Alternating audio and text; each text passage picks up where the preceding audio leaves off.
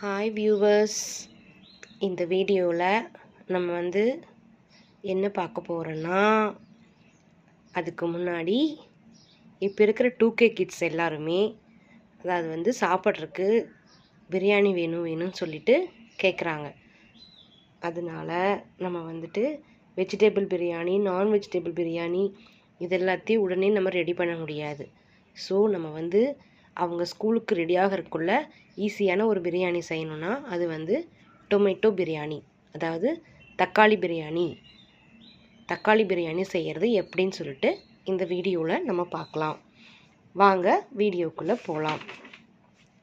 வீடியோக்குள்ளே போகிறதுக்கு முன்னாடி இந்த வீடியோவை வைமோட்டுங்கிற ஒரு ஷாப்பிங் மொபைல் ஆப் ஸ்பான்சர் பண்ணுறாங்க. அதாவது வைமோட்டுனா என்னென்னா, இது ஒரு ஆன்லைன் ஷாப்பிங்.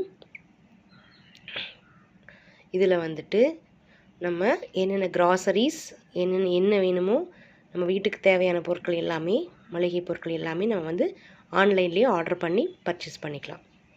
ஓகேங்களா? வாங்க வீடியோக்குள்ளே போகலாம். நம்ம தக்காளி பிரியாணி செய்கிறது எப்படின்னு நம்ம பார்க்கலாம்.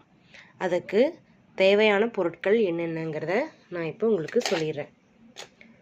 தக்காளி பிரியாணிக்கு தேவையான பொருள் அரிசி நம்ம வீட்டில் சாதாரணமாக சாதத்துக்கு யூஸ் பண்ணுற பொன்னி அரிசி இருக்குல்ல, அந்த அரிசியை நம்ம எடுத்துக்கலாம். நம்ம 4-5 பேர் சாப்பிடணும்னா 3 டம்ளர் போட்டு செஞ்சுக்கலாம்.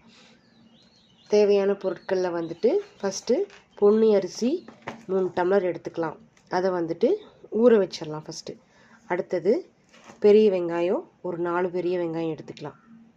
அடுத்தது தக்காளி ஒரு 5-6 தக்காளி எடுத்துக்கலாம். மீடியம் சைஸ் தக்காளி 6 எடுத்துக்கலாம். அடுத்தது பச்சை மிளகாய் ஒரு 4 எடுத்துக்கலாம். அடுத்தது நம்ம சில பொருளெல்லாம் அரைக்க வேண்டியது இருக்குது. அரைக்கிறதுக்காக பட்டை கொஞ்சம் சிறிதளவு, ஏலக்காய் 4, சோம்பு சிறிதளவு, கிராம்பு ஒரு 6 அல்லது 7 நம்பர் எடுத்துக்கலாம். எடுத்து வச்சுட்டு அதுக்கப்புறம் கொத்தமல்லி இலை கொஞ்சம் எடுத்துக்கலாம். புதினா இலை கொஞ்சம் சிறிதளவு எடுத்துக்கலாம். அப்புறம் இஞ்சி பூண்டு பேஸ்ட்டு ஒரு 10 ரூபா பேக்கெட் இருக்குன்னா அதில் 1/2 பேக்கெட் எடுத்து வச்சுக்கலாம். அப்புறம் நம்ம தாளிக்கிறதுக்கு கொஞ்சம் ஆயில், அப்புறம் மஞ்சத்தூள், கல்லுப்பு இதெல்லாம் எடுத்துக்கலாம். அடுத்தது நம்ம தாளித்து வர்றதுக்கு எப்பவுமே பிரியாணிக்கு தாளிப்புன்னு சொல்லிட்டு ஒரு 10 ரூபா பேக்கெட் விற்கிறாங்களா, அதில் பிரிட்ஜ் இலை, மராட்டி மொக்கு, அன்னாச்சி மொக்கு, ரோஜாப்பூ மொக்கு இதெல்லாம் கலந்துருக்கும். அந்த ஒரு பேக்கெட் நம்ம வாங்கி வச்சுக்கலாம். இப்போது நம்ம அரிசியை எப்படி 1 மணி நேரம் ஊற வச்சிடணும். நம்ம வாங்க பிரியாணி செய்கிறது எப்படின்னு பார்க்கலாம். நம்ம ஃபஸ்ட்டு இந்த அரைக்கிறதுக்கு எடுத்தது எல்லாத்தையும் பட்டை, ஏலக்காய், சோம்பு, கிராம்பு இது எல்லாத்தையும் நம்ம நல்லா மிக்ஸி ஜாரில் போட்டு அரைச்சி எடுத்துக்கலாம். தண்ணி சேர்க்காமையே நம்ம அரைச்சி வச்சுக்கலாம்.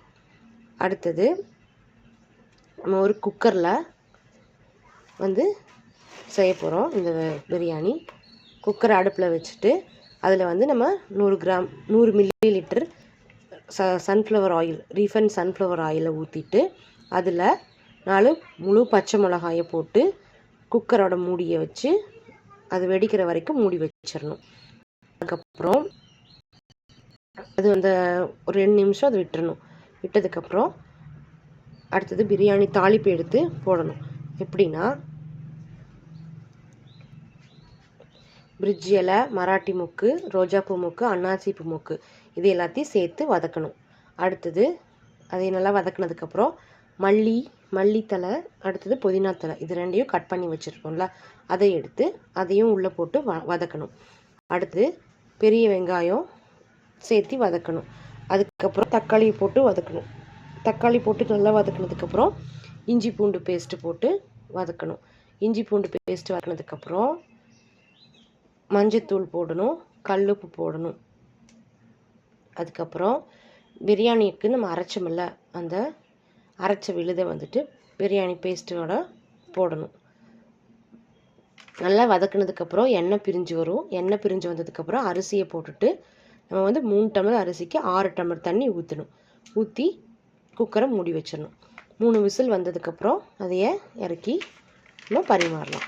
இதுதான் தக்காளி பிரியாணி செய்கிற முறை. இந்த வீடியோ உங்களுக்கு பிடிச்சிருந்துன்னா லைக் பண்ணுங்கள், ஷேர் பண்ணுங்கள். Thank you friends.